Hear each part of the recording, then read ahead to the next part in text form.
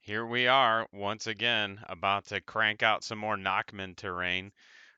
This is just how I'm living my life. Live now with Nachmund terrain. Boop, boop. Share that. And awesome. We're getting it. We are getting it.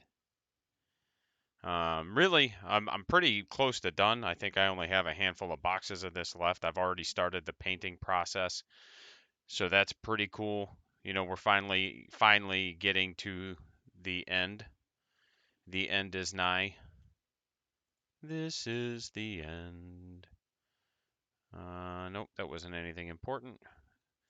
So, hey, what's up, man? Um, about to start getting going on some building. Oh, that is not helpful for me. I've got like a handful of these boxes left, and then I've already started the paint process. It's batch painting, thankfully. Like everything is effectively grayscale, and then I just go through with different colors and pick out details and paint the details. So I should be able to paint this way faster than I can build it, because the builds take me about an hour and 15 for a box, and yeah, it's brutal. I mean, if you want me to build and paint them, I will be honest with you. When it comes to painting, I am average at best. Now, building, I'm pretty good at. Painting, I'm okay. You know, I'm just trying to find my snips here. They fell. I'm okay. Like, I can highlight. I'm real handy with a dry brush.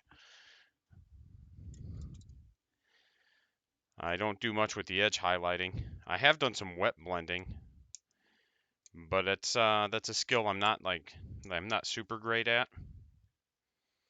I'm still kind of working on some of my hobby skills.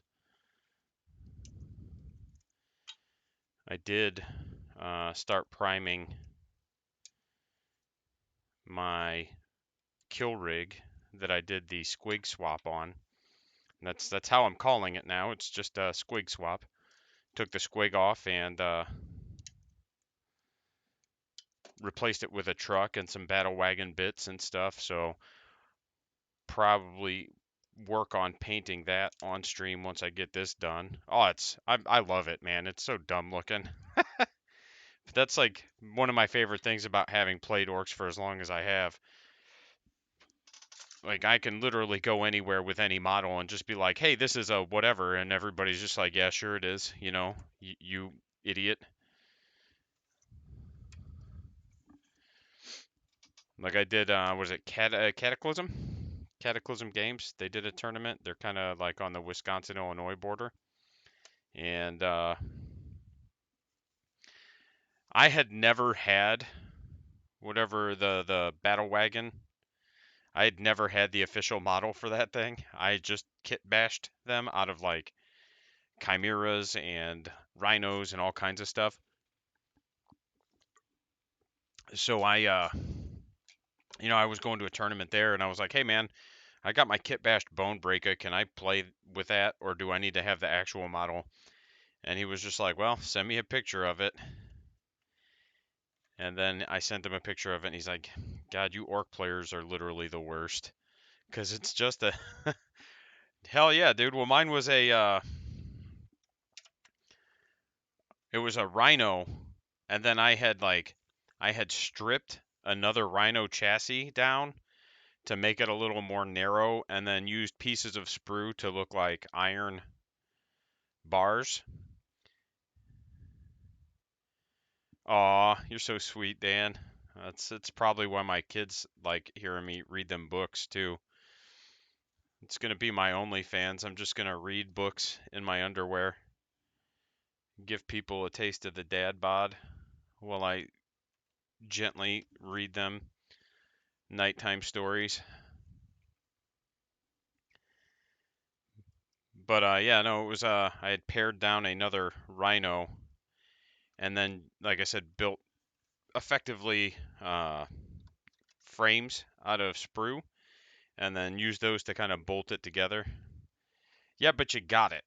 You know, you could have done without it, but just think of how much better of a man you are because of it. And that's a little rude, man. I put a lot of effort into that bone break, and for you to bash it like that. But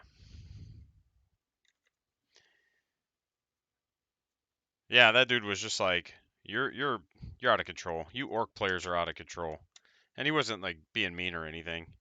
He actually genuinely liked the model, but that is one of my favorite things about this army. Is I just show up with whatever random piece of junk and I'm just like, "Hey, this is my thing." And everybody's like, "Yeah, sure. All right, dude. That is definitely a whatever."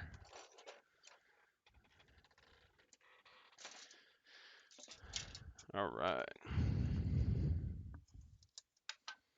Goal is to knock out 2 more of these boxes. One of the things I wanted to talk about today, while I get a little bit more comfortable and start doing some fatty grunts, I wanted to talk about the state of 40k. I've seen a lot of, like the internet's an interesting place. It seems like the internet is the epitome of bipartisan. Everything's always extremes all the time. Nothing's ever just okay. You either love something or you hate it. You either, it's either the best or the worst. Rarely do you see something on the internet specifically where people are just like, yeah, it's okay. I could take it or leave it. And 40k is no different, obviously. I think,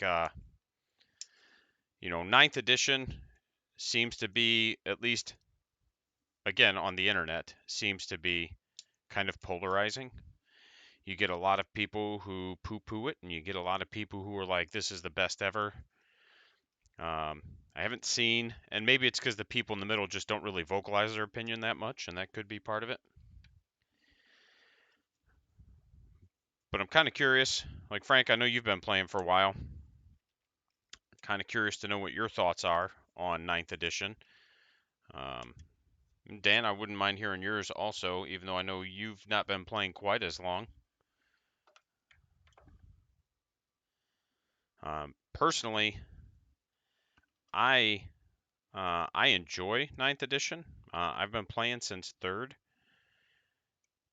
and when ninth edition, I had a break in there, and when ninth edition released, or eighth edition, I should say, that's about when I got back into it. So I went from like fifth edition to eighth edition, and I feel like eighth and ninth, if you've ever played old fantasy, they actually have more in common with old fantasy than they do with old 40k.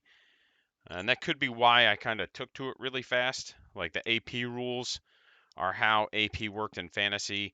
They just didn't call it AP, they called it rend or rending, which is why when I play, you hear me say rend or rending, because I'm an old fantasy player, and it's the same interaction. So, like I said, like I like ninth and eighth. I thought they were a good step forward towards reducing rules arguments and making the game a little bit easier to play. Yeah.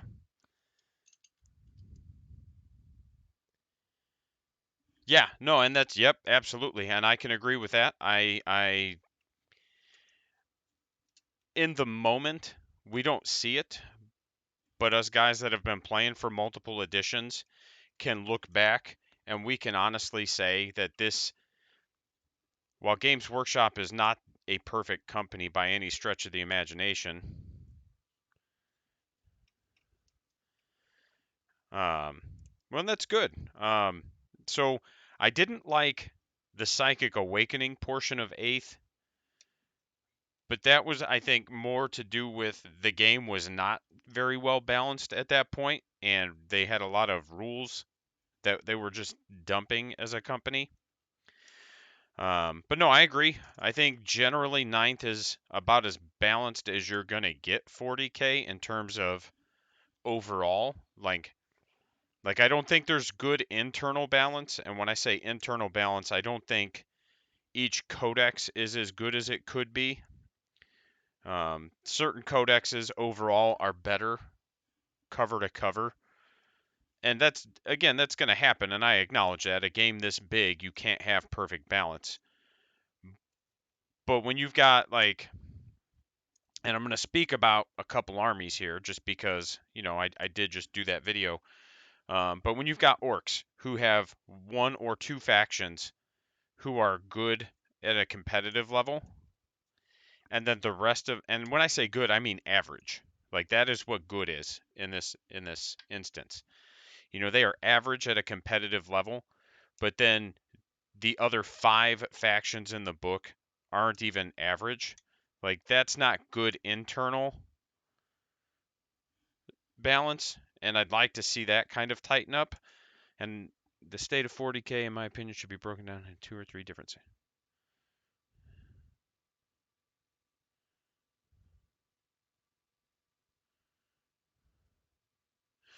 Yeah, absolutely. Those are all things that I can agree with.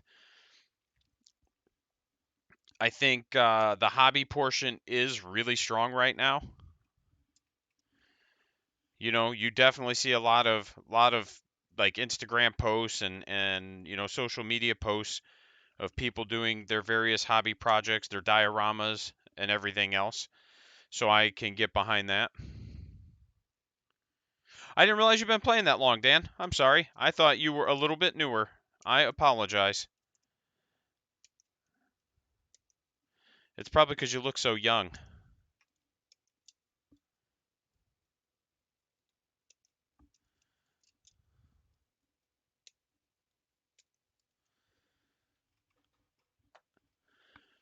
But yeah, no, I definitely don't disagree with that.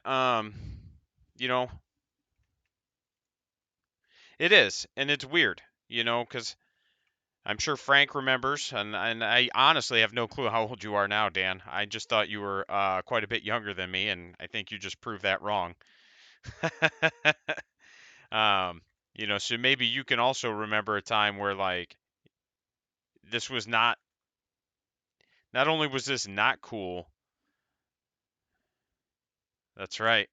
Uh, you know, it was almost like chastised to a certain extent. Not that that should affect your love of the game. Okay, so yeah, you're not that much younger than me. Right. Until you got around people who liked the same things, and I remember like when I was in the army, there were a group of us that played Dungeons and Dragons and Warhammer and all this stuff, and basically even in the army, where the army's weird because no matter what, like you're gonna get accepted, at least where I was at, but you're still gonna get roasted, right? And I started in third edition also, Frank. So I'm not too far behind you if I'm behind you at all.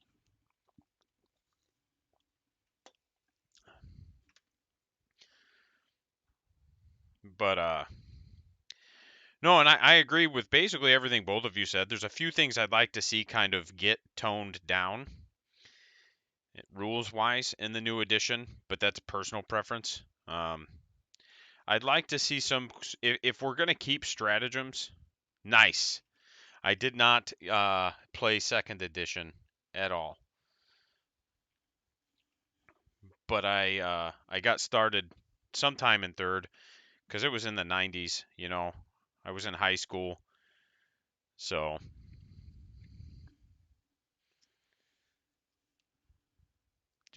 do. Um, oh hell yeah, dude. Orcs has always just been like I started with orcs. I'll always play orcs, even if I play something else. I'll just always play orcs. But yeah,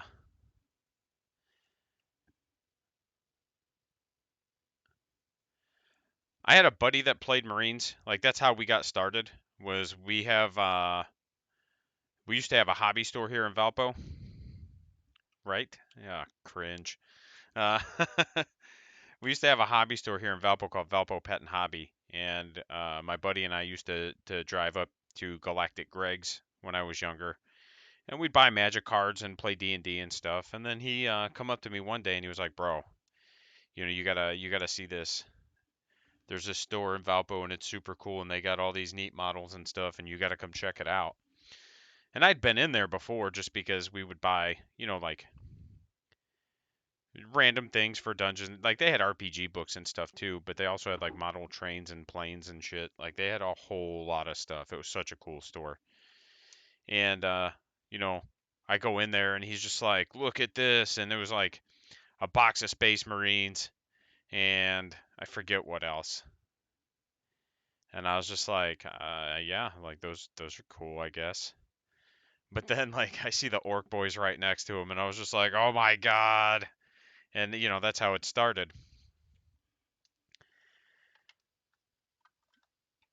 But yeah, no, I think the game overall has good balance, like army to army. I'd like to see better internal balance with the codexes. You know, I'd like to see orcs, for example, and again, I'm just using that because I know that book really well. I'd like to see them go from we have two that are at 50% and really only one that's at 50% in terms of like competitive. I'd rather see the whole book sit in the mid 40s than one faction sit in the 50 and the rest of them in the 30s and 20s. Like that's where I'd like to see stuff kind of get fixed and addressed. So I don't hate the new orc boys. Like they've grown on me. I hate the fact that they're mono pose. Like that pisses me off because you literally have no options in the box. Like you have to build the shit ass shooter boys, which I don't think have been good ever. I don't remember ever looking at shooters and going, "I'm putting this on my orc boy." Like why would I ever do that? Um, and you have to with the new boys, which I don't appreciate that interaction. You don't get any options for your knob. It's either Power Claw or it's what's the other one? Big Choppa. But you have multiple weapon options for knobs. So there's like the kill saw, there's the power stabba, you have the ranged weapon options. Like you have a ton of options for your knob. And when you buy the new knob box or the new boys box, it literally comes with one option.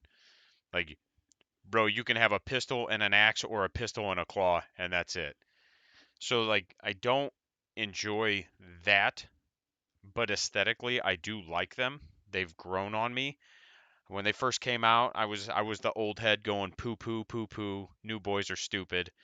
Um, but as I've like put them on the table and stuff, I like them. Like they look good. The new commandos are amazing.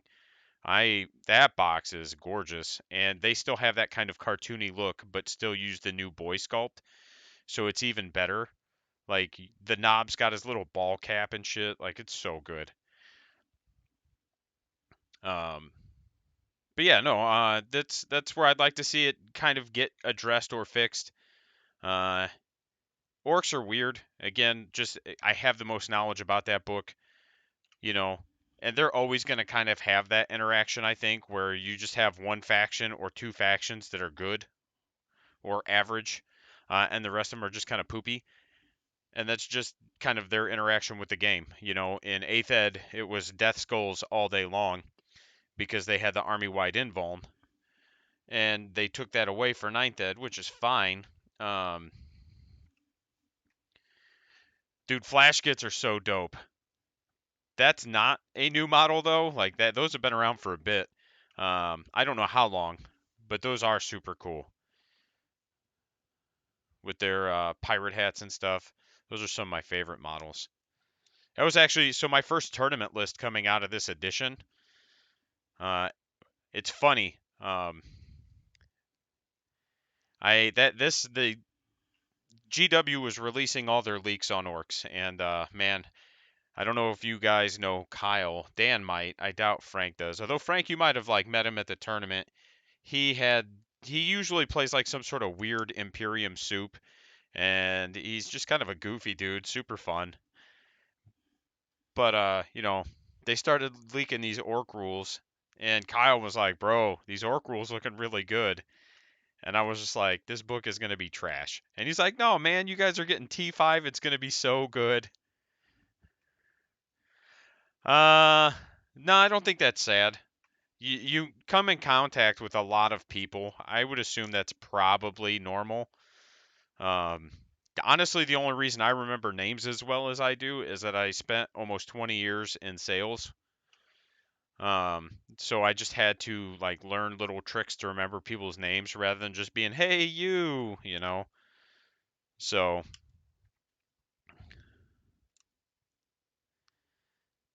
but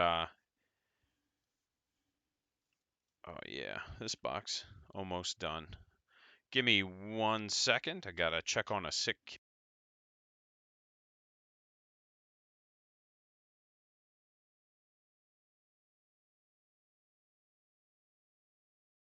Yes, that's him, the colorblind guy.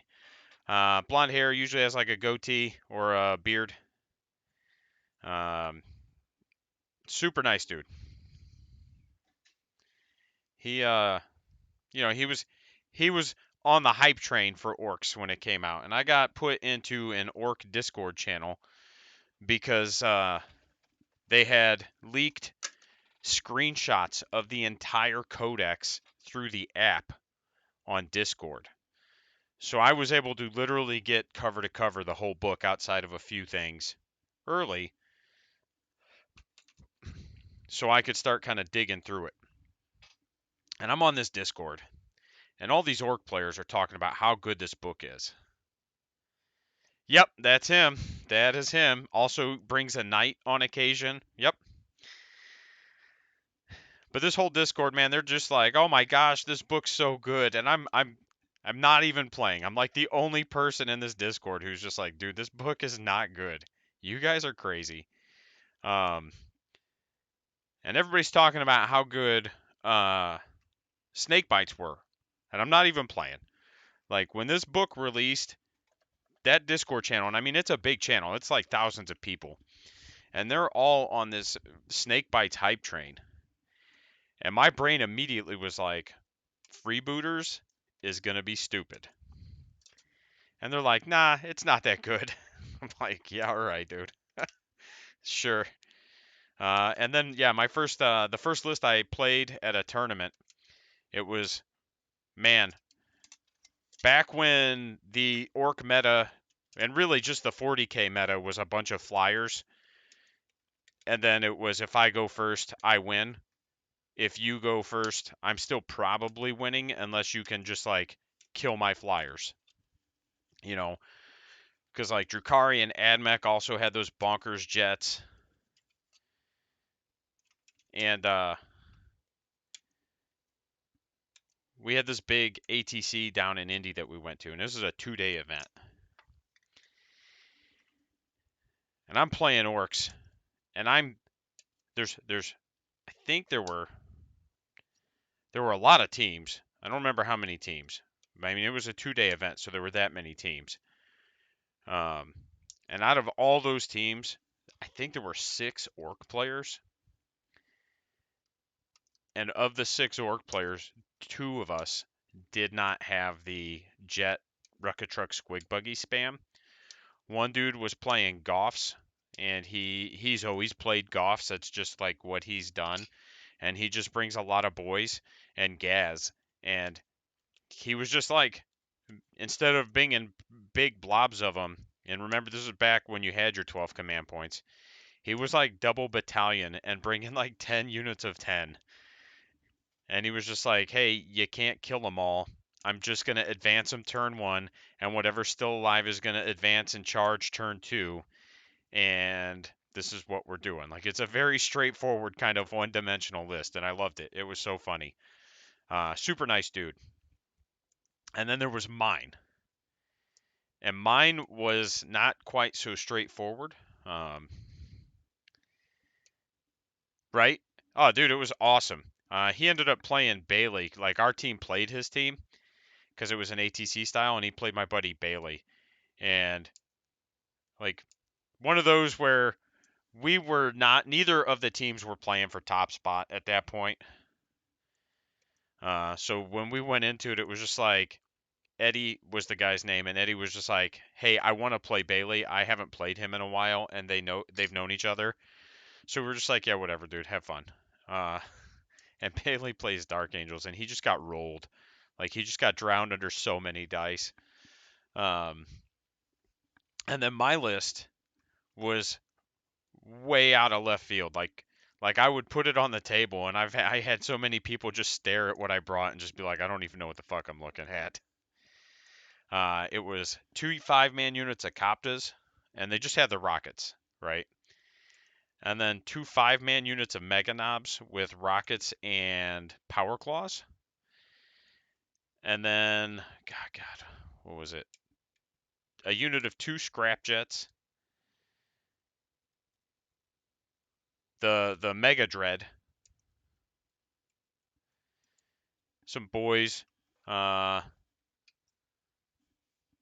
just some other weird bullshit. I think I had a couple of, like a unit of Tank Busters and a couple trucks and stuff. But the whole thing was just like predicated around popping that +1 to hit and then just dumping massive amounts of rockets.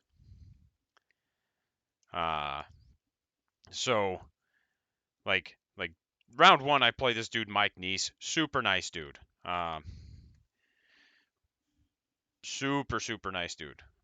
We catch him round 1, and he's playing at the time the Leviathan Hive Guard 18 ignore line of sight shooting dudes.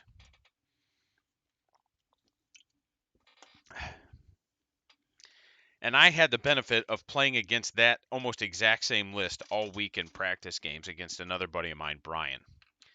So I already knew kind of the interactions we were looking at.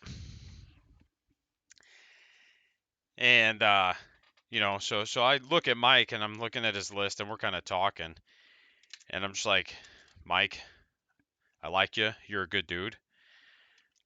I've played this exact list all week during practice games. So, like, this was not intentional, but I do know how this is going to go. And he was just like, oh, okay. Like, we'll see, man. It's still 18 Hive Guard.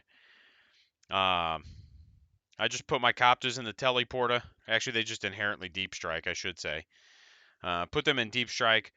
Round 1, I think he killed, like, one of my Scrap Jets. It is what it is. The Mega Dread went in the Teleporta. And then the Coptas came down.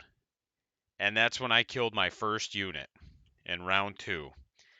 So now I've got a unit, and I don't remember. It was like my Big Mech. I had a Big Mech with the Dead Shiny Shooter, which is like 14 shots, strength 5, neg 1, 2 damage. So I pop him, and I finish off the unit. So the rest of my army's +1 to hit. I swing the first unit of Coptas.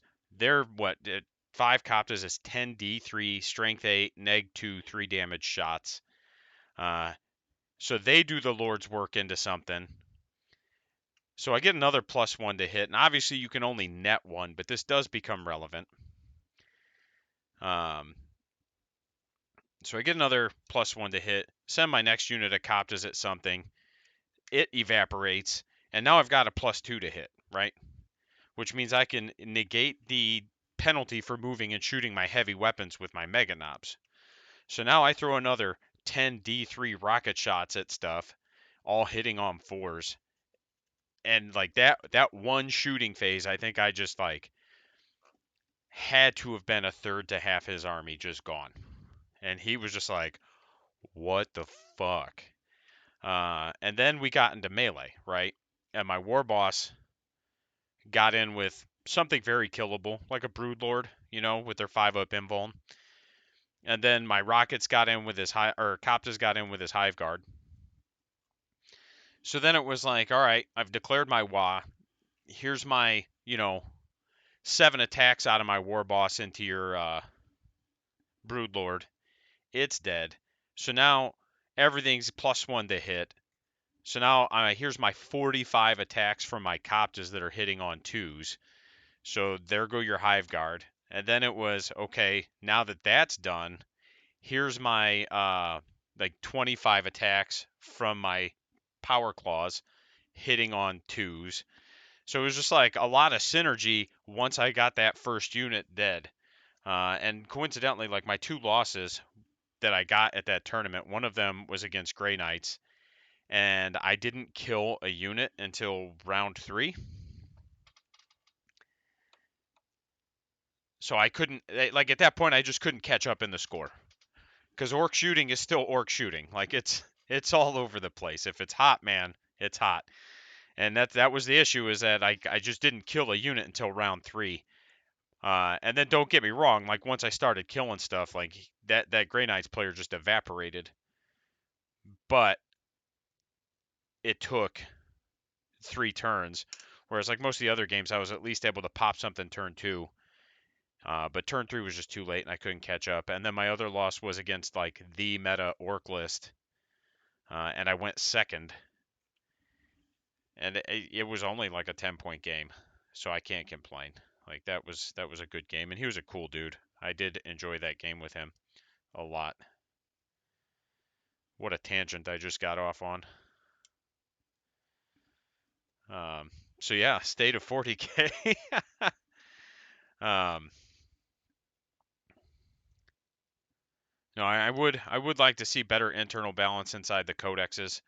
Again, I know we're always going to have that interaction where one faction is just clear cut better than the others. You know, and there's not much you can do about that in a game that's built the way 40k is. There's not a ton you can do about that, like at a competitive standpoint. But you can maybe kind of bridge the gap to, right, dude. You're not wrong. Uh, kind of shore up those differences between the two, are the multiple factions. Sisters are pretty tight. I think Dan and I had that talk yesterday. Like, there's a couple of sub factions that are kind of poopy, but for the most part, they fall. Almost all of them fall in the 45 to 55% range. So sisters are good. Good. Their core rules for the codex are good enough that the differences in army aren't as apparent in terms of how good they are on the table, I guess is the best way to kind of put that. Um, Whereas, armies like actually Drukhari is a good example. Um, like Drukhari's core rules are okay,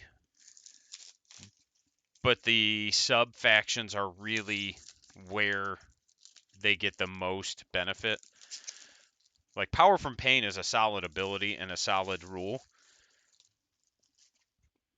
I'm not saying it's not, but you know, like the one Cabal where you just get to be one turn higher for your Power from Pain. Like that's just so much better than literally every other faction, that for the most part I think you're just kind of crazy to not play it. Uh, I also like Poison Tongue in that book though. Poison Tongue's real good to me. Like all your weapons get to be Poison 3 instead of Poison 4. Which is really good, and it's actually pretty solid into armies like Nids, because you get to just be like, hey man, those are Tyranid warriors, and obviously Leviathan was the exception, but you could just be like, I'm gonna throw a bunch of shots at them and I'm gonna wound them on 3s, whether you like it or not. Got a bunch of new people in here, looks like. Welcome to the stream.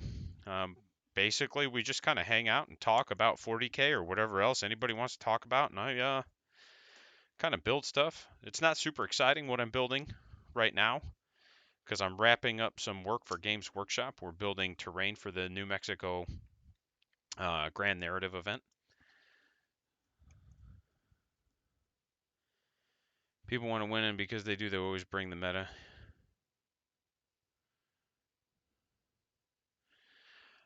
And that's also fair, you know. When you're talking about less competitive games, there's probably a better balance. Obviously, again, there's differences. Um, and that's one of the things I enjoy about a lot of the people that I play with is we don't necessarily bring fluffy lists, but we also don't necessarily bring meta stuff, you know. We're mostly just a bunch of silly dudes who try to build like meme lists that are funny and then just like focus on being really good at the game so that when we bring these meme lists and we end up beating like a meta army, we can laugh, you know. Yeah, and that's you got it, Frank. That's where I was going is man, like player skill can bridge that gap. Um, I think so far in ninth edition, I've only had two interactions with a codex where I played against it and was just like, I genuinely have no clue how to beat this right now. Uh, like I definitely feel like there've only been one or two where I've struggled so much into them that I couldn't beat them until GW kind of toned them down. One of those is Tau. When that Tau book came out, uh, yeah, literally nothing I could do. Like it didn't matter at all.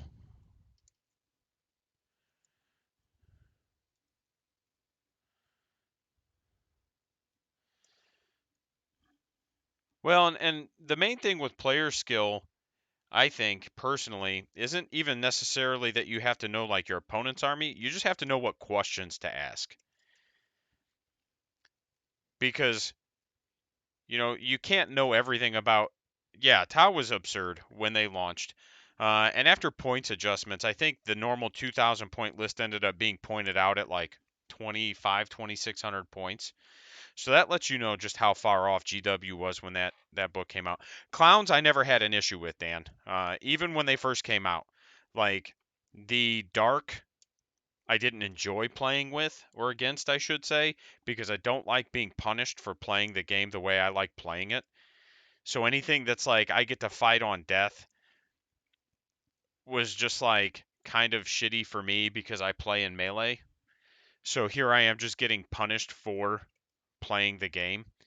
But they're not an army I ever had like a big problem playing against. I just don't enjoy playing against them for the most part. Um, and that's less to do with anything other than, man, like, here's my 4-up invuln and all my free rerolls. And then if I still fail, I can, after the rerolls, auto pass my save type of interaction. But outside of that, like, the trick with Harlequins has always just been volume. If you bring volume, they can't stand up to it. Um, the transports were definitely, or not the transports, the heavy weapons bikes or whatever were underpointed. Like, I'm not going to deny that. But again, outside of people who literally can't play the game without just spamming the most busted unit in their codex, like, you're never going to hit 9 of them. So did Drukari when they first launched, man. And again, that was an army I never struggled against. You know, there's a specific trick to beating elves, and it won't work every time. But if you know the tricks to beating them, like it will help you. Like the main thing, yeah, yeah. But part of so part of that is also think about what was dominating the meta before them. Tau and Custodes, right? And then when Harlequins came out, part of the reason their win rate was so high was because they had all these special rules that were like, you can only ever hit me on force. So you've now just cut the efficiency of a Custodes army drastically and made their shooting effectively worthless. So now the army that was top dog is struggling. And then Tau also were struggling because you couldn't reroll anything. So now Tau lost a lot of their efficiency because they're only weapon skill or ballistic skill 4. So not only does the only being able to be hit on force shut off their marker lights, but then shutting off their rerolls. So again, Tau just lost a lot of their shooting efficiency. So I think a big part of it, and I'm not saying they weren't like a little overtuned. They were absolutely, like I said, those heavy weapons vehicles they were a little underpointed. But generally speaking, if you just consider what was winning at the time, you'll also kind of see why certain things have a high win rate. Um, if everybody's bringing Tau and everybody's bringing Custodes, and then this army comes out that's made and can specifically counter those, they're going to just have a high win rate. And again, we're overtuned. I just think they weren't quite as good as those stats kind of make them out to be. They were just kind of a victim of circumstance in some ways too. And like I said, like Drukhari had the same interaction when they first came out, and it was. And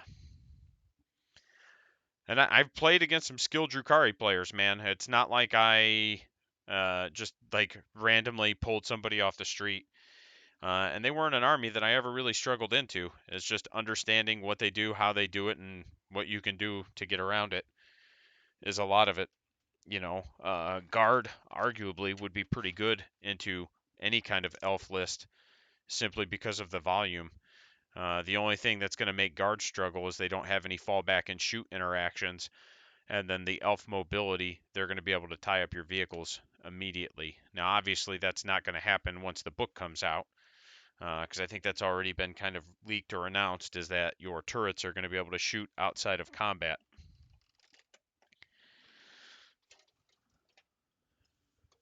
Right. Exactly. Uh, and hilariously, as bad as orcs are or were, uh, they took a win percentage bump when Harlequins were top dog, because that is an interaction that Harlequins struggle into, and they struggle into it for a lot of reasons. A lot of the Harlequins melee is strength 4 or strength 5, so most of their melee is only wounding you on 4s or 5s. Like, they're not getting those 4s and 3s. Their shutting off rerolls is largely irrelevant because orcs generally don't have any rerolls in the codex at all. They the kind of like hit transhuman interaction that they had doesn't matter because you're ballistic skill 5. The -1 to hit just bumps you from 5s to 6s, so it's no different than most of your other interactions with orc shooting. Yeah, that's what I thought it was, and that's pretty cool. I like that. It keeps your tanks relevant without just getting shut off. In some ways, I'm kind of surprised they didn't do like a fallback and shoot interaction, but we'll see. There might be something in there based on like the army bonuses and stuff. We'll get to check it out when it drops. Pretty excited. Guard's one of those armies where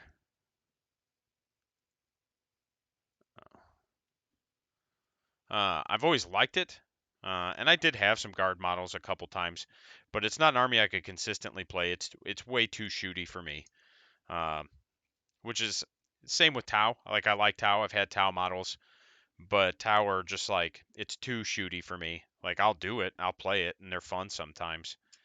But at the end of the day, I just want to bash butts and mix guts, man. It's the best phase.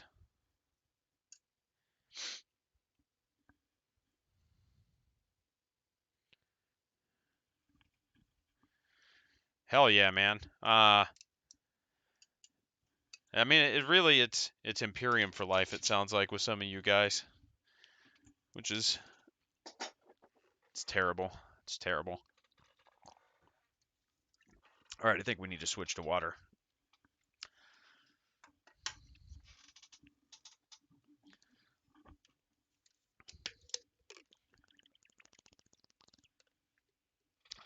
That's moist.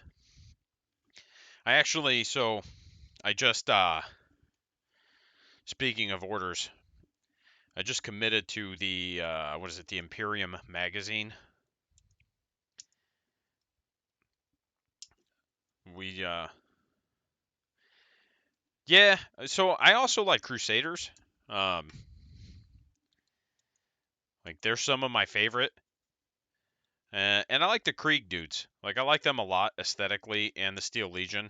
I'm not hope like I would love to see Steel Legion models come back.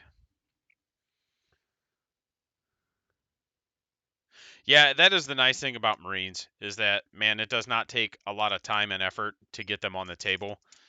Um, and because everybody has a Marine army, like you can even get stuff secondhand pretty cheap. And yeah, no, I and there's some cool. I want to see.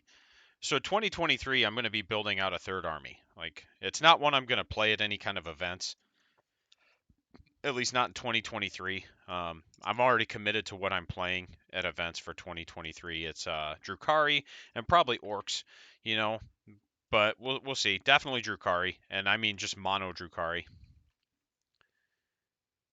Yeah. Hell yeah, dude. Um, Games Workshop, when I was running my store, they actually sent me 2 Indom boxes, and they were like, "Look, these are yours.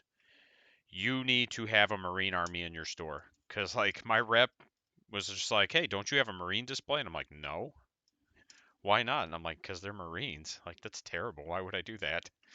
So they sent me 2 Indom boxes, and that's how I ended up with the Ultramarines that I had. I don't know if you ever saw those, Dan. Um, but I want to see what the melee options are before I commit to anything. It may just be Marines because I think I'm gonna need to build some out. I was talking about that on stream yesterday. Um, when we upload to YouTube and stuff, and I can track views on videos for YouTube, any battle report that has a Marine chapter in it gets double the views of anything else. You know, the only videos I have that even come close.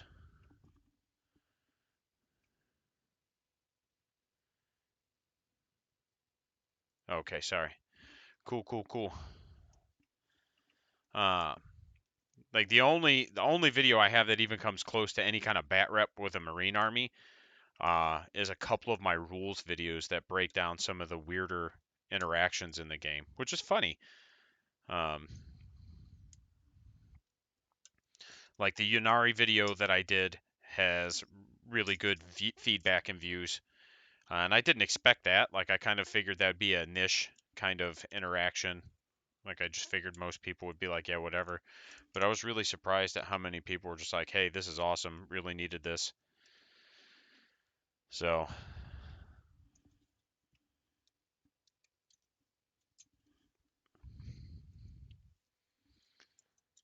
we're just chugging along. So yeah, it may be that I just build a Marine army so that I have one on deck that I can play for bat reps and stream games on occasion. Speaking of stream games, Thursday, actually, so glad I took the time to reread that. That's also fair, Dan. I thought you said snorting. Snorting Legos sucks. And I was like, bro, like cocaine's probably cheaper, but get out of here. No, it's just no, I will not. I refuse to play Blood Angels.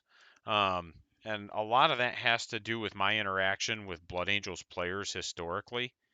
They have not been good. Yeah, it might be. That's what I'm saying, right? Um Typically have had really bad interactions with Blood Angels players. And I know they're not all like that, and I get that. But because of that, like my brain is instantly just like, I will never play this army. Period. End of discussion. And actually, I was talking to Frank about it yesterday, and I think it's going to end up if that's the route I go, and it probably is because I just committed to the Imperium magazine subscription, and they send you a bunch of Marines and some terrain and stuff. It's pretty cool. But I think it's going to end up being White Scars is what we do. Um, I think there's a lot of potential in that army that does not get used. I think White Scars are like a sleeper Marine chapter that, if you get a skilled player piloting them, they're gonna actually do really well.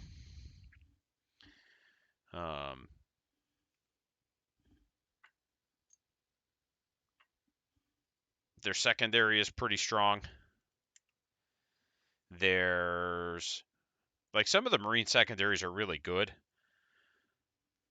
A lot of them are just kind of situational, is I think the issue you run into. And again, Frank and I talked about this already. If you are playing Marines and there's an objective in the middle of the board,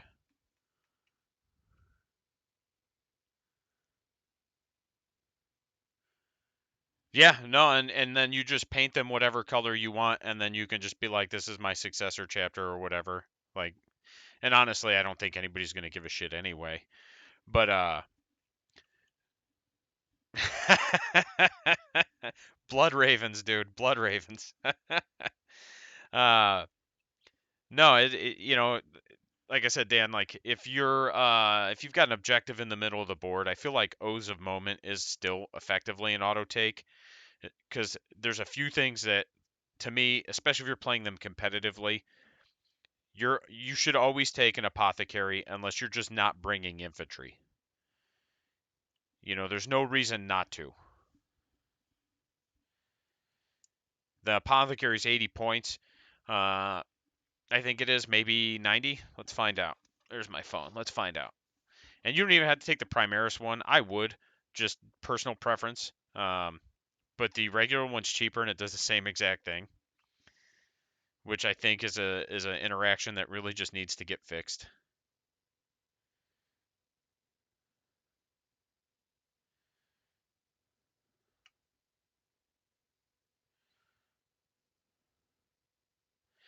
Yeah, it's 80 points. Yep. 80 points, and then the upgrade, which is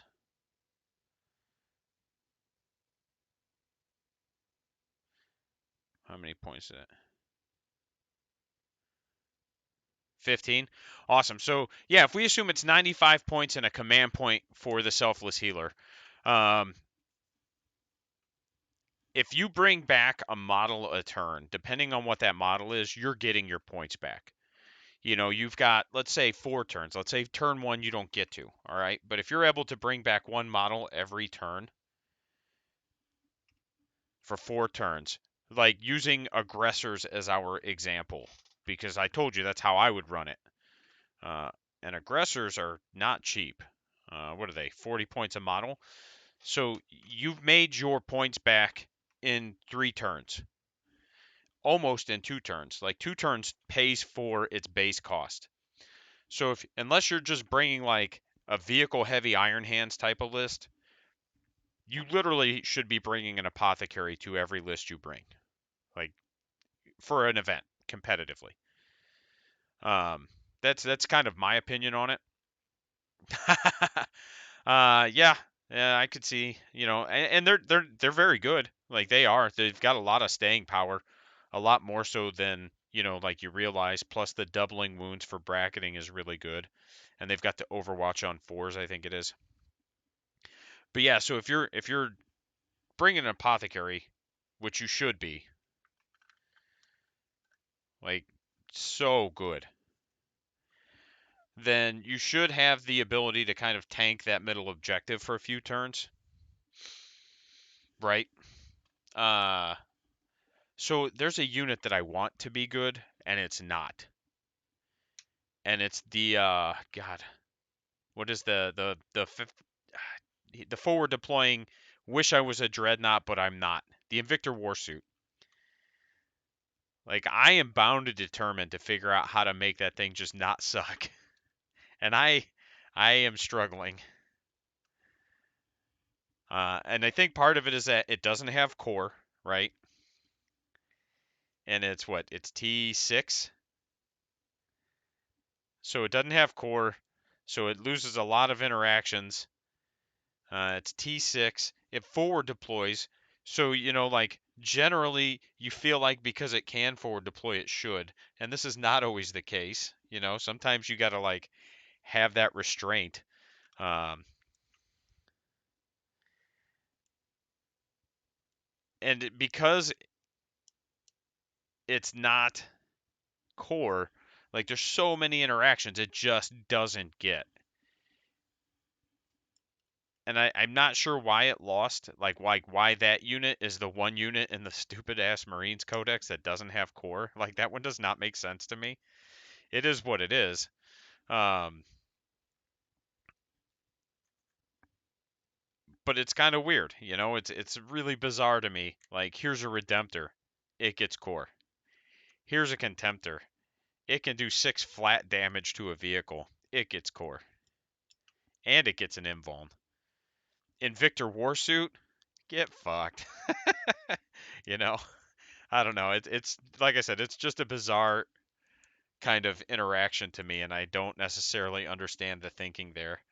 Like sometimes I wonder if it was an oversight, and then at one point GW was just like, "We're not fixing it now. Like we're too far in."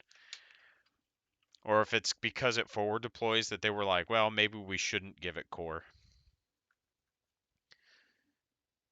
Because I don't think it has the Phobos keyword either. Not that it should or shouldn't, but it's just one of those where, man, like that thing just does not get anything. Um, and there's, I think, maybe one or two armies where you could kind of get it to be effective. Not that it would necessarily be good, but it wouldn't be bad. Um, I think Raven Guard is an army where you could get it to kind of be effective because I believe Raven Guard is like one of the few redeploys that Marines have. Raven Guard and what, Ultramarines, I think. Because I think Raven Guard have it on a Warlord trait, and Ultramarines, they have it as a strat. Like, I do know that. So if you're running like 2 of those, you can just slam them both in your opponent's face. And then if you go first, you just get to go ham. And then if you go second, you can just redeploy them. But outside of that, like I just think, man, like what a waste of an actually cool model. You know what? Would that would be in the codex, I believe, right? Let's find out. Let's look it up on the old app. Codex Space Marine. I do love that the app calls them Codex Space Marines. Like they don't call them Adeptus Astartes. GW's like, nah, they're still just Space Marines, dude. What do we got? Warlord traits. That's man. I just have my phone so I can look it up. Champion of Humanity, refuse to die, brilliant strategist. Also, Death Watch is hilarious. Just happen to see them.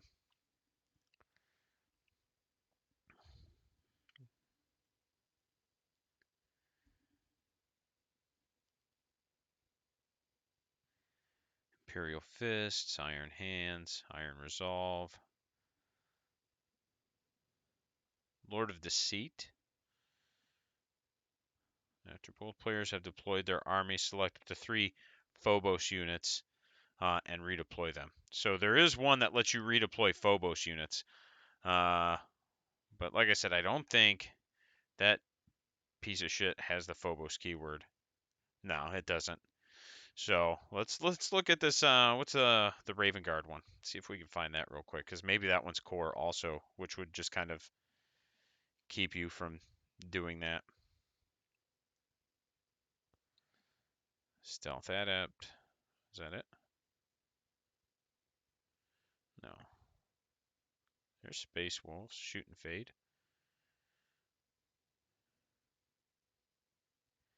Oh, that's pretty cool, actually. It's a little weird. Raven Guard. Here we go. Oh. So the Raven Guard Warlord trait in the Codex is actually pretty cool. If your Warlord's more than 6 inches away from enemy models, he can just like get picked up and go into reserves. So that's actually pretty neat. Uh, let's see. Maybe it's in the supplement. Raven Guard. This is arguably the worst chapter, rules-wise. Like, gosh.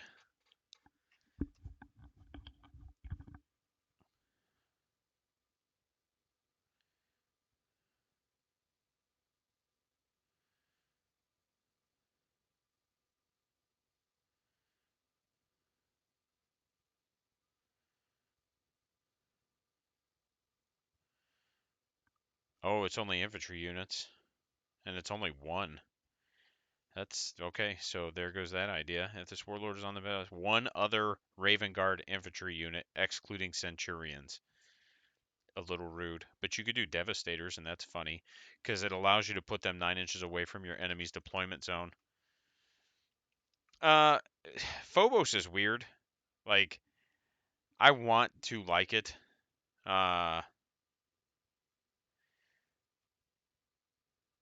Yeah, this what is it? The Master of Ambush. That's hilarious though. Basically, you get to redeploy one infantry unit, and you can forward deploy that one infantry unit. And the only thing you can't do it to is what you call it, Centurions.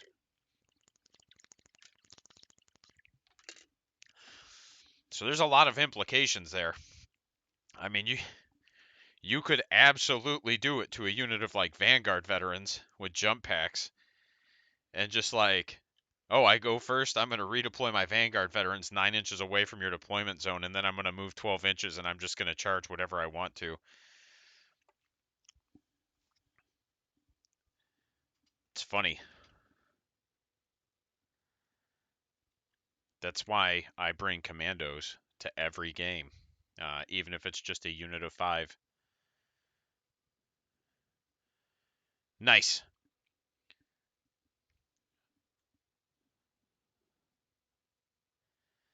Yeah, like I said, that's why, like, when I play my orcs, man, every game, I have a unit of commandos. I'm not I'm not fucking with it. Like, Tau were the big reason for that when they had, and they still have it. Like, oh, here's my 3 units of breachers inside my devilfish. Here's 3 units of breachers that are now suddenly in your deployment zone on my first turn. Still don't understand why that's an interaction, but it is. Um,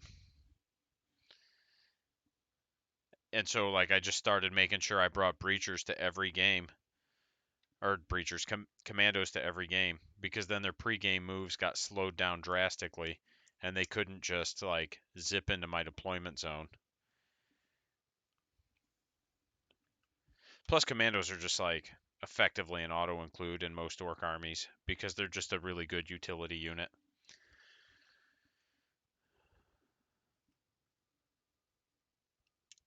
Have you looked at the Death Watch stuff at all? Anybody? Either Bueller? I don't know. Uh, that book is hilarious.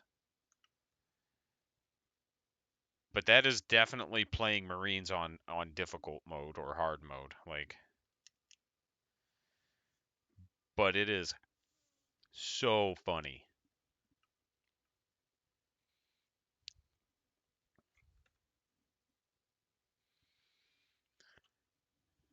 The fact that you can just take a unit of Vanguard veterans, give them whatever loadout you want, and then they're OBSEC. Like, what the? Who designed this? Uh, but like I said, that is definitely like, if you want to play the game with Marines and you want to play it on hard mode, that is the way to play them on hard mode. Uh, because you're effectively not getting a chapter tactic against most of the game, because most players play Marines, let alone Imperium. So, what is it? You get reroll hit rolls of 1 against any Xenos army. Uh, and then at the beginning of the game, you get to pick a battlefield roll, and you get to reroll wound rolls of 1 against that battlefield roll. And then, oh gosh, your kill teams had specific designators you can give them. So, like, if you have an anti-elite kill team and then you pick elites as your battlefield roll, your anti-elite kill team gets to reroll all wound rolls against elites. Like, it is a weird and bizarre army, but man, I'm telling you, like, there's a lot of fun stuff in there. Being able to just be like, ah, I can be White Scars for a turn. I'm gonna advance my 12-inch, was it 12-inch advance or Vanguard vets? Yeah, yeah, yeah. You could advance your Vanguard vets, move them like 13, 18 inches, and then charge because they're White Scars. Or you could just be like, all right, they're gonna be Blood Angels for the rest of the turn, and now they're +1 to wound. Like, there's so many funny things you can do with that army. The thing that I've seen is I don't, and I'm not saying I'm doing it right, because first of all, I don't even play Marines, but I have noticed that not a lot of like competitive lists that I've seen play Death Watch the way I played them. So I don't know if it's like I was the idiot, but man, it was funny. Like I had all 3 of my troops had 5 Vanguard vets with jump packs. So like I'd have a 5-man with jump packs and thunder hammers, a 5-man with jump packs and lightning claws or power swords. I never took the bike. I know a lot of people did. I just took the 5 veterans and the 5 Vanguard, like the 5 Death Watch veterans and the 5 Vanguard veterans, and that was always good enough for me. Um, and what was it? Because you could take a Death Watch veteran squad and just give them all meltas. Like, what the fuck? Why? Why is this a thing? So, like, of course I did, you know? And that was literally my whole Death Watch list was just a bunch of dudes with meltas and melee, and that was it. Like I don't think I had a single bolt weapon in the whole list outside of like maybe one squad of veterans that had whatever their Death Watch bolt gun is. I forget what it's called, where they get the different ammunition and stuff.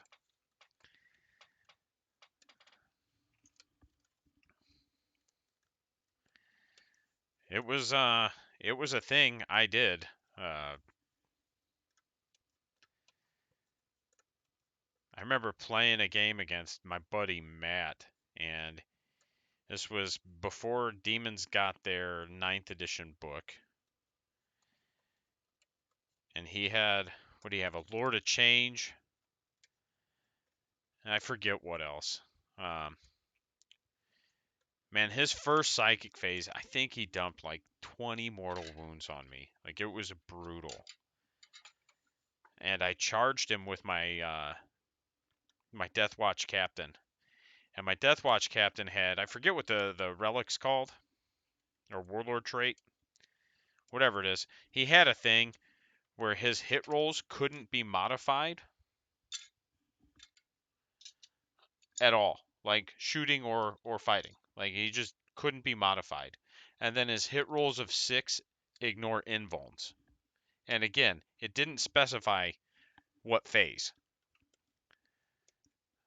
And then I think it was a Warlord trait, because I think I gave him a Mastercrafted Thunder Hammer. And I just slammed him right into this Lord of Change. And all my hit rolls hit. Big shock, because, hitting on 2s and ignoring all hit roll mods. And then I was wounding on, I think, 3s. And rolled a super spicy wound roll. Like, I think, because I think I had like 6 attacks, and I think 5 of them were 6s on the wound rolls.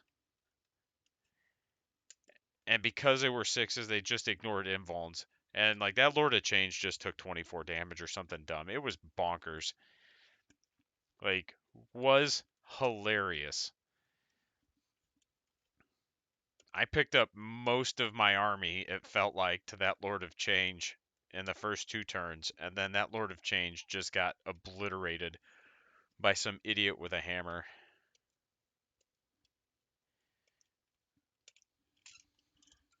Was a good time. Um, yeah, Death Watch though, like I said, it's a fun book. I'd have to see what their secondaries are. I have to imagine they probably didn't change much in Nephilim from where they were in the Codex, because a lot of their secondaries were predicated around like killing aliens or killing specific like battlefield rules. Like one of their secondaries was literally every time you kill a Xenos unit, you score a point. So it was pretty much an auto take if you were playing any Xenos army. What we got here? 1, 2. Oh man, I am actually doing pretty well plowing through these.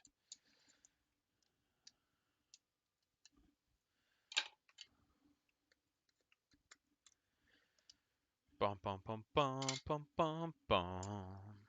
Some Thomas the Tank Engine, dude.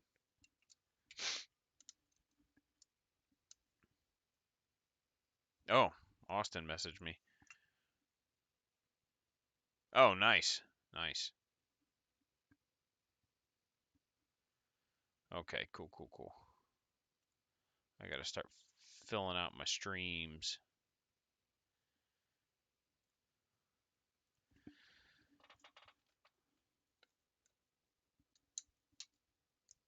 Yeah. Plus, they can take the regular Marine ones, you know, which is cool. That is one thing about Marines that like is kind of neat. Is there's always options. Like I dog on Marines and I dog on Marine players, you know. But one of the things I do appreciate about them as an army is they have literally a tool for anything. You know, like, hey, you you need an artillery, we got whirlwinds. Like, yeah, they're not great, but they have some good utility. Like being able to make a unit fight last and shut off Overwatch um, isn't terrible. They're not a great unit, and there's certain, again, just like everything else, there's certain chapters that they're better in than others. Like arguably they're better in Dark Angels than they are in most of the other ones because they're just going to sit in one spot most of the game anyway, so they're just going to hit on 2s or 3s most of the game.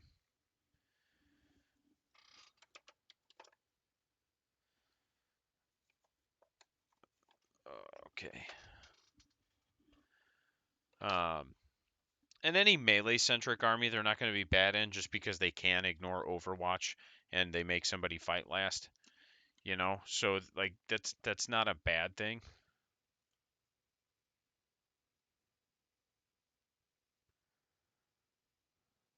Okay. No, I don't have those. And there's a lot, man. I think it's them and Guard have the most data sheets. And I think Marines have the most if you don't include Forge World. No.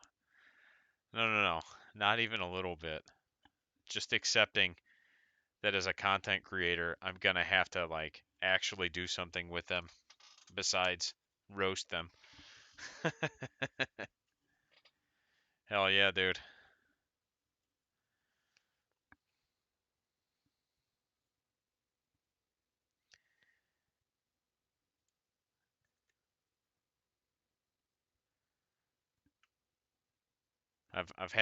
I've definitely had some streams though where I've had a bunch of Eldar players in here and we've just been talking about elves the whole time too. So you gotta know your audience, Jim.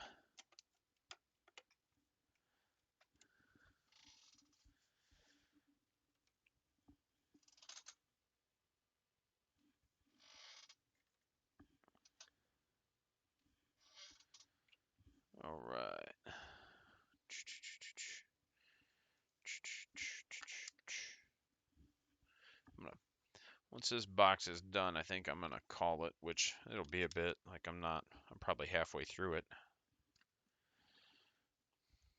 That paperwork will get you every time, won't it?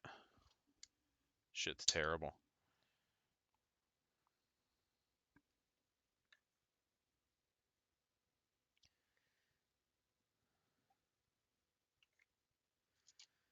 All right. Get those together. Yeah, I could see that. Because you got to go through and review all your sales and inventory, probably, would be my assumption. I don't know if you guys do any kind of like inventory monthly or if it's only annually.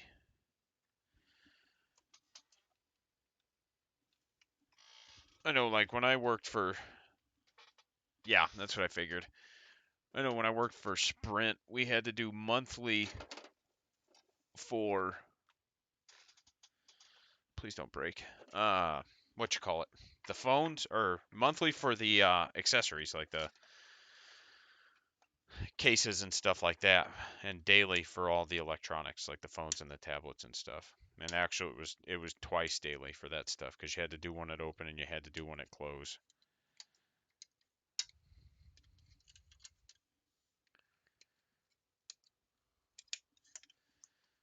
Which is weird, man. Not that you had to do it. What was weird is that people would still try to steal shit. And by people, I mean employees. Like, bro, you have to count this every day. Like, I don't. And they're going to audit. Like, they do these audits. Like, none of this is a surprise.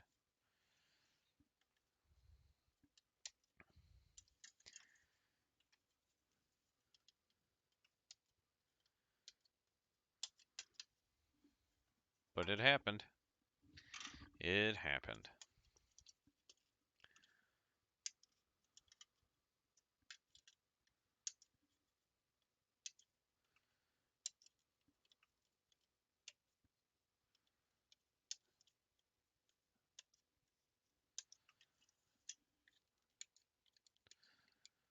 I don't know when this stuff's got to get shipped out by, but they seemed really chill about sending me the paint instructions. Like, I messaged my boss, I think over 10 days ago, and was like, hey, I'm going to have this done really quickly. Oh, okay. I need the paint instructions. And then when I didn't get them right away, I just kind of slowed down because it was like, I'm not going to sit around and do nothing. What was that?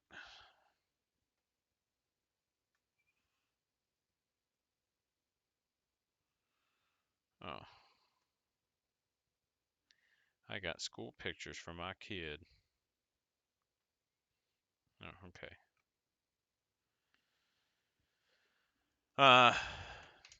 Yeah. So I've slowed down because, like I said, like I'm not gonna just sit here and do nothing.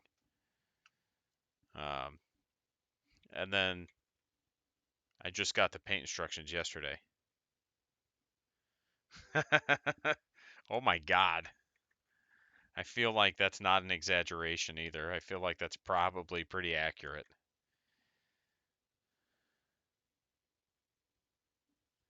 That sounds terrible. Why do you have a half a ton of Legos? That's the real question.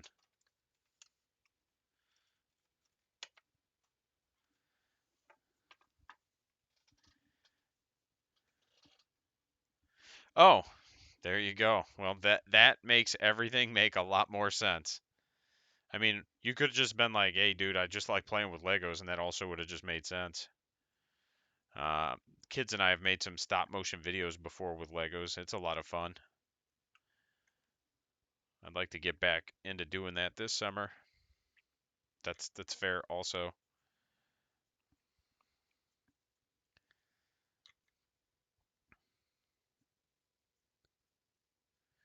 Yeah, the stop motion videos we did were pretty cool. I had a lot of fun with that. I probably had more fun than the kids did, if we're being honest.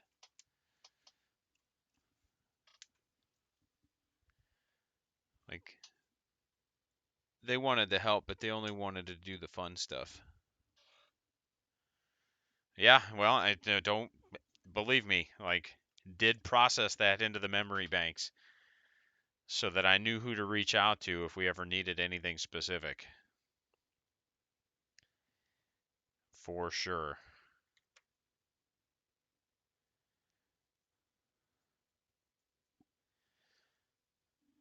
Also, hit, I think, 46 followers. I have to double check that. That sounds right. So that's pretty neat. 45 followers. Hell yeah, man.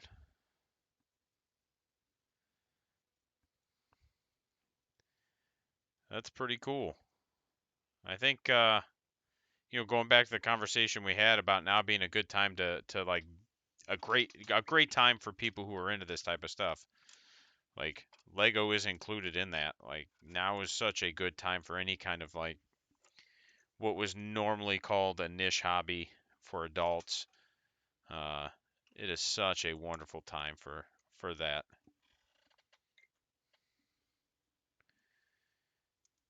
You had things like the Lego Movie and all the other like companies that are doing stop motion with Legos and stuff, and that just helps make it more popular.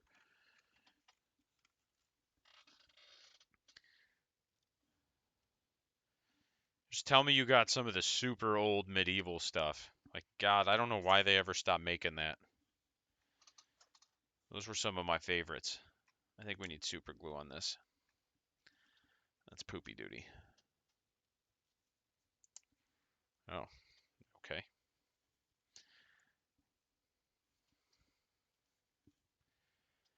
Hell yeah, Jim. What? What? No. That's why you have employees, isn't it? So you don't have to do that shit?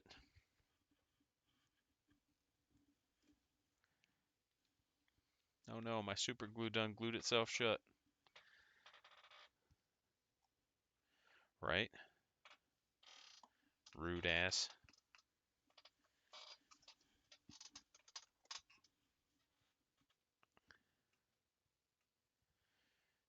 Jesus. I mean, I believe you. That's insane.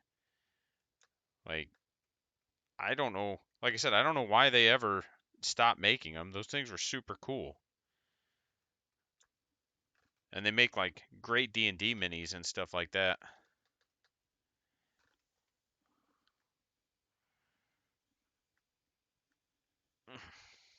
All right, well, I guess that's not the super glue I'm using. Right? Like, that's way out of my price league, but hey, glad somebody wanted it for that.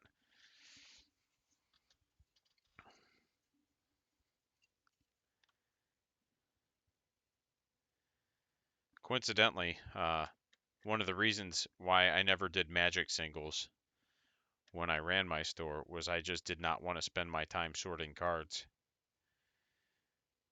Like, I know there's money in it, but man, like, one of my buddies runs a store in Plymouth, and I used to go in there and hang out with them sometimes, and I would see them just spending all day sorting cards, and it was like, I could do that, but there's so many other things I'd rather do with my time. And I didn't have the player base. Like I was in a small town, so I didn't have the, and I could see that, um, especially like with Legos. Like, I could see it a little bit more than Magic cards, but that's also, I'm not a Magic player, so that is also the perspective I'm coming from. Like, sorting through the cards doesn't really do anything for me because I don't care about the cards. Um, I think I had like 2 commander decks so that I could sit and play with customers and buddies on occasion. I just never, once I got out of Magic, I never really had the inkling to get back into it. Like, it was just never something I wanted to keep doing once I got away from it. And I didn't have a big enough customer base that I could have people just like sitting around doing nothing. Like I had to constantly be interacting with customers, and in that, like, if you came in, I wasn't always sure somebody else was going to come in that day. So if you came in looking for a game, I had to make myself available in the event that somebody else wouldn't be there unless you had already scheduled it beforehand, you know. And that was one of the downsides, I guess, to running a store in such a small community.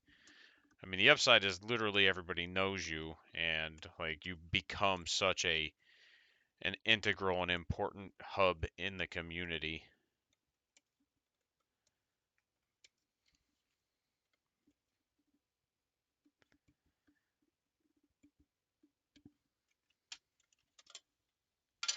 But my opinion on it was always, man, if there's somebody in my store, they're either there because they want to look at games or they're there because they want to play games. So I always had to make sure my time was like free and available for them.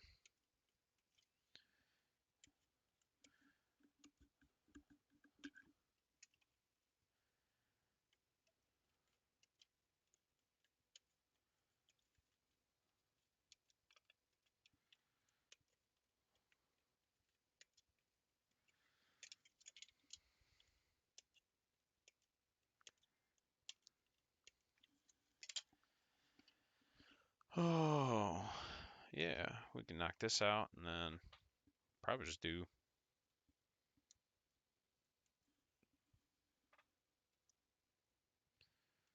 more painting here in a minute.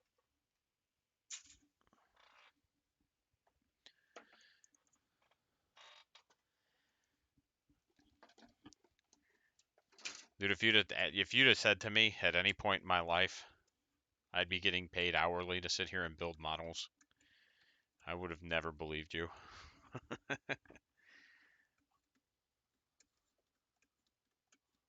Like, this is so weird. And I think we're having a meeting in December so I can get, and I'm not the only one, but so that I can get more stuff to build so that we can prepare for uh, what Gen Con and I think Adepticon. Uh, Oddly, so gonna shock you, but it doesn't pay that well. The fringe benefits are kind of cool though, and I get I am an employee, so I get to like buy my own stuff at the employee discount. So like I said, like the fringe benefits are dope.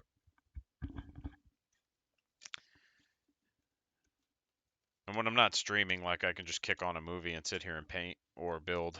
So it's pretty cool in that regard. And when I was like, hey, I'm trying to become a content creator. Is it cool if I build this stuff on stream? They were just like, yeah, dude, heck yeah. Just need to make sure of a few things. And, so I do check those boxes anytime it becomes relevant. Like when I have to tell people, hey, I am a GW employee, but I am not speaking as a GW employee, I am speaking as a guy who makes content. Yeah, and like I said, it's not bad. Like I would have like appreciated maybe a little bit more variety.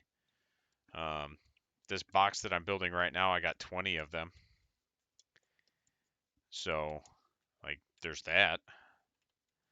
When I get 20 of these, 15 boxes of armor containers. Some of the HAB modules for Necromunda. And I've just got a couple of these left. Like I said, I slowed down when they hadn't given me the paint stuff yet. Um,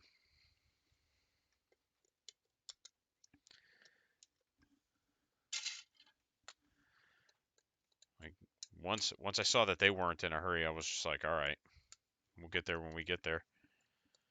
And now that I've got the paint instructions, I've got to slam a couple of these boxes and then I'm done. And the painting is actually like gonna take me way less time than the building because the painting is basically just like a lot of spraying and then some details here and there to help make things pop, you know.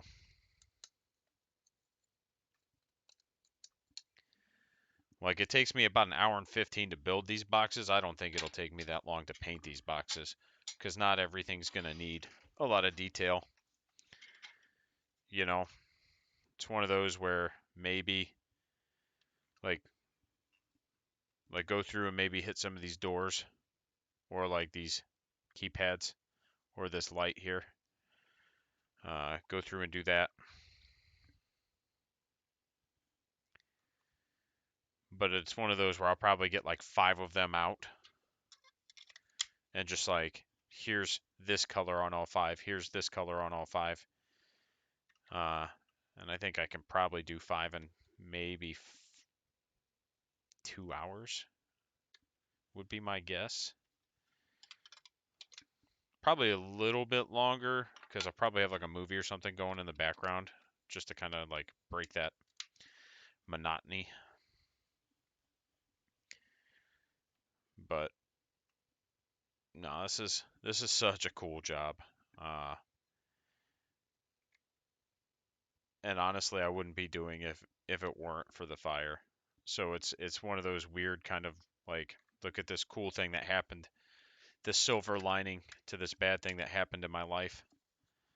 You know, I just kind of stumbled into it, right, and it was like the day after the fire, like literally.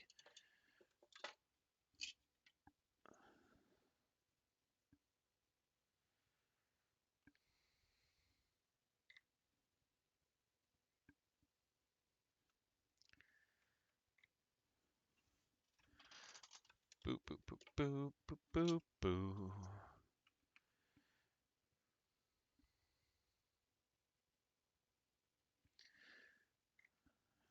All right. And yeah, I mean, and I've had like this conversation with so many people, and so many people are just like, I don't understand how you can take it so well, and it's like, well, what am I supposed to do? Like, I could get mad, but it's not going to change anything. I could get upset, but it's not going to change anything. Like, it is what it is. You know, my fiance is just convinced that I'm cursed, and I'm not so sure that she's wrong. Um, I've basically had just like major life-changing events on an almost annual basis. So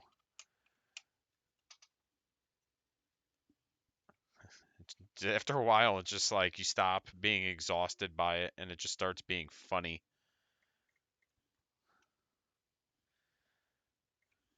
You know, you go through it so many times and you're just like, yeah, whatever.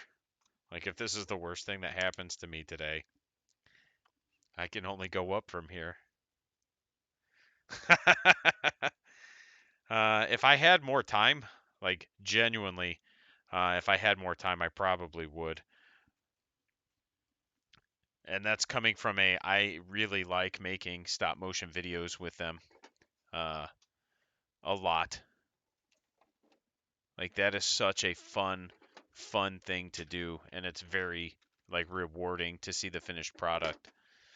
I need to get back into that because I want to learn how to like put the mouths on and actually give them speech and stuff.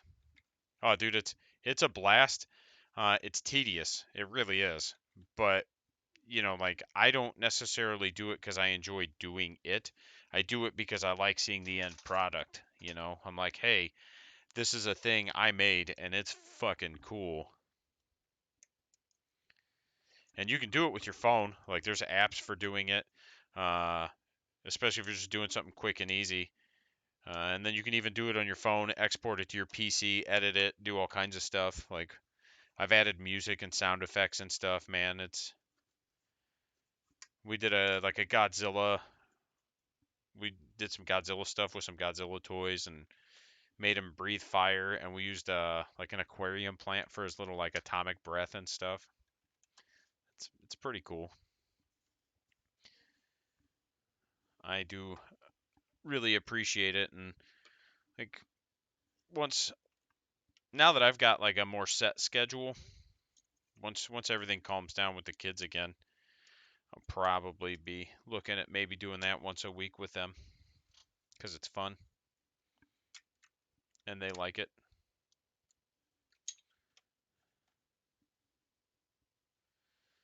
They don't necessarily like me while we do it because I'm like, stop doing that. Do it this way, you know.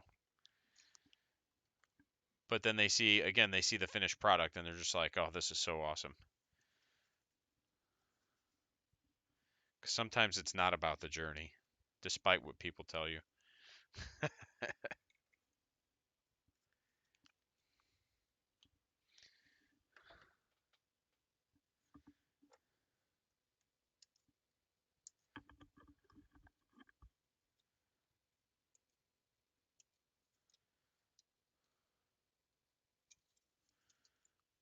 All right, where are we at?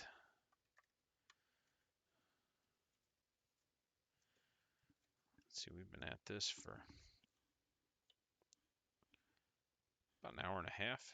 Done almost 2 boxes. Cool, cool, cool.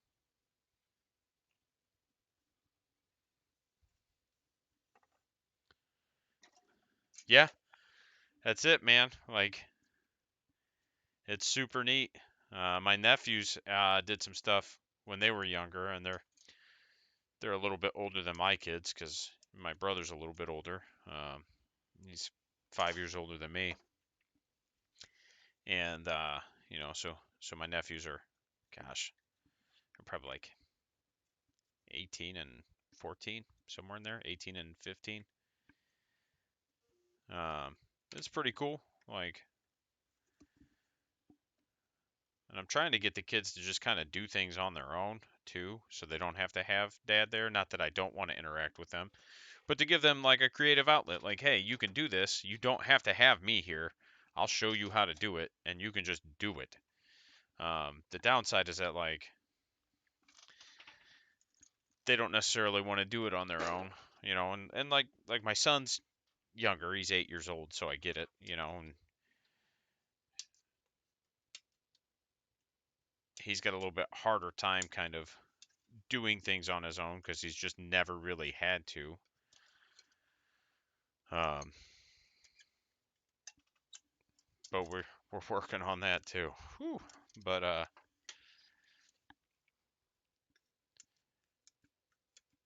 just trying to get them to like do things. Like, look, you can play with this stuff and you can make videos with it and it's fun.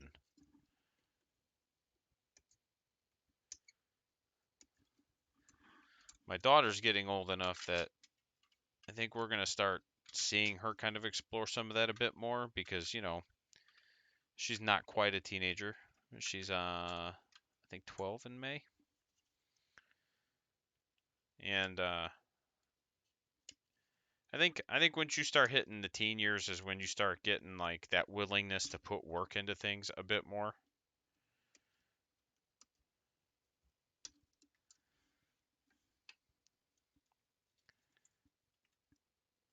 You know, I don't know. These are my first 2 kids, my only 2 kids. So I'm just like everybody else, learning as we go.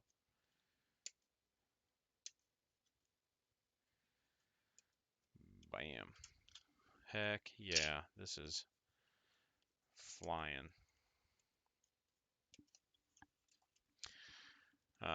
Wow.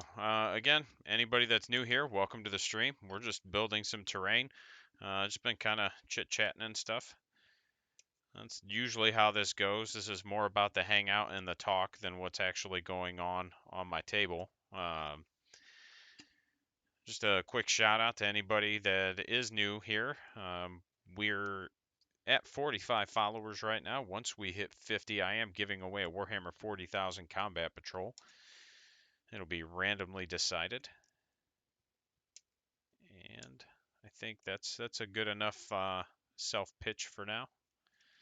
Do also make YouTube videos, so if you are interested in learning more about 40k and how to play and everything else, Phoenix Gaming is my YouTube channel.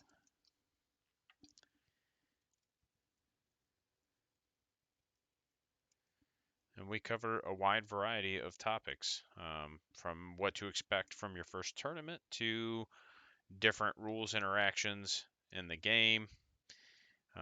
And starting this Sunday, for anybody that's interested, we're going to be streaming a Dungeons and Dragons campaign. Yeah. I mean, if I had Legos, man, I would also sort them on stream. There are people who would enjoy that. Like, I've seen the stuff that people watch, and I'm not judging, but I am saying that some of it's kind of bizarre. Like those people that are out there watching dudes getting their pimples popped and stuff, or like getting their like infections lanced and drained. Like I don't understand the fascination with that, but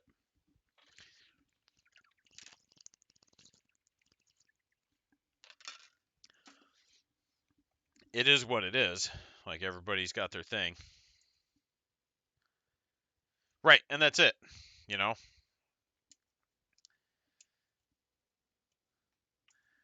like you're not there specifically for the Lego necessarily, as much as you are like whoever it is you're watching, you enjoy interacting with as well.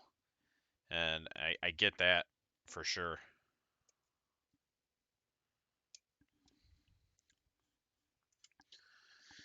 Like I said, like there are some things though where I'm just like I don't understand. Like, bro, I don't know how you gonna spend your time watching people pop pimples. Like, cannot relate. 1 out of 10. Don't recommend.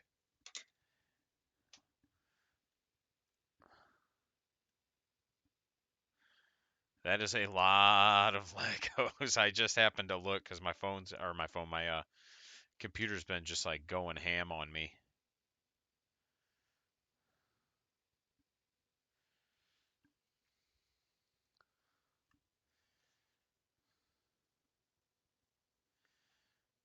We got our team tournament this weekend that we're testing out, the faction based one, and it's a test run. So I kept it fairly small. I think we've got 4 teams, which is a total of 12 people, and it's a test run on a different format. I didn't want to get a ton of people. Like I didn't want to have 12 teams for my first go of this. Oh yeah, man. I want to see how this goes. I want to get feedback from the players to see if they liked the format. And for those that don't know, what it is it's kind of like an ATC. You got 3 players on each team, and every team has to share a faction keyword. So that faction keyword can be anything. Like it can be Imperium, it could be Adeptus Astartes. Obviously, you'll share both at that point. You can't repeat sub-faction keywords. So again, using the Space Marine example, you couldn't have 2 people doing Blood Angels or 2 people doing Ultramarines. You have to do 1. You can't repeat Warlord traits and relics. And if you have the option to build a custom army, you can't use any chapter tactics or army bonuses that are already being used. And that's more just to prevent, like, here's my Bloody Rose Sisters army, but then here's my custom Sisters army that just uses Bloody Rose. I forget what their bonuses are called. They're not chapter tactics, but they're chapter tactics. So it's because the intent is to just kind of force some variety, but then like also give people the ability to kind of theme their armies. So I think it's gonna be pretty fun. Um, I am making sure that I play in it because I need to have the player experience. And then one of my buddies is actually going to be judging it, which again, like this is going to be generally fairly casual uh, for the test run anyway, so it's not like super crazy. But if it goes well, it's going to get put into the rotation, and we're going to run one probably annually, kind of like our Highlander. We do a Highlander annually. But the pairings are going to work as follows. If I'm on team A and you're on team B, and we play each other, uh, we'll have 3 tables because there's 3 people per table, right? Our team. And so what'll happen is we'll roll off, and then whoever wins either gets to pick the matchup or gets to pick the mission and the table. So, what I mean by that is every round there's going to be a bucket of 3 missions. So round 1 might be Tide of Convictions, Abandoned Sanctuaries, and the Scouring. So then, if I win the roll off, I can go, okay, I want to play the Scouring on table A. And then my opponent can go, okay, but on that mission, we're going to put the Tau player and we're going to put the Death Guard player. And then whoever lost the roll off will pick, and then whoever won the roll off will pick. So I think I might have just made you roll off every time. It really is irrelevant at that point. Um, and the point behind the roll and then doing it that way was more just so like nobody could be like, oh, you won the roll, so you won the game. It gives a lot of power to both players. Like if you want a specific matchup, you're going to get that matchup, but then your opponent is going to set the mission and the board. And then the boards are going to be 3 different layouts that are going to repeat. So they're all going to be the same, kind of like if you were at my last tournament, which I know like Frank was and Dan was. Those top 6 tables repeated formats. And that's where I want all my tournaments to be, is I've just got 3 table layouts and I just alternate and repeat. So you'll get like a GW layout, and then you'll get another layout, and then you'll get another layout. So there's going to be a reason to pick different tables, and there's going to be a reason to do different things. So, all right, I'm actually on my last bit right here, so we're going to be calling it in about 5 minutes here, which will give me time to go do my thing. I've got more painting to prep. My goal is to have most of this primed by the end of the day. We'll see how that goes. That's a lot of boxes. Like I said, I've got 20 of the Nachmund. I've got 15 of the armor container. 5 hab things. And I've got like 2 more of these Nachmund boxes to build, so I think we're going to probably work on that this afternoon at some point. So, yeah, it was good hanging out with everybody. I appreciate it. Again, if you're not a follower, make sure you jump on that follow button. We are giving away a 40k combat patrol. And then this Sunday, we're doing a D&D stream. And then tomorrow, I'll probably stream, hopefully, some painting finally. That would be cool. We'll see. I'm not going to hold my breath because, like I said, I'm going to try to get these last couple boxes built today, but I might not get to them until tomorrow. So thanks for hanging out, everybody. We'll see you next time.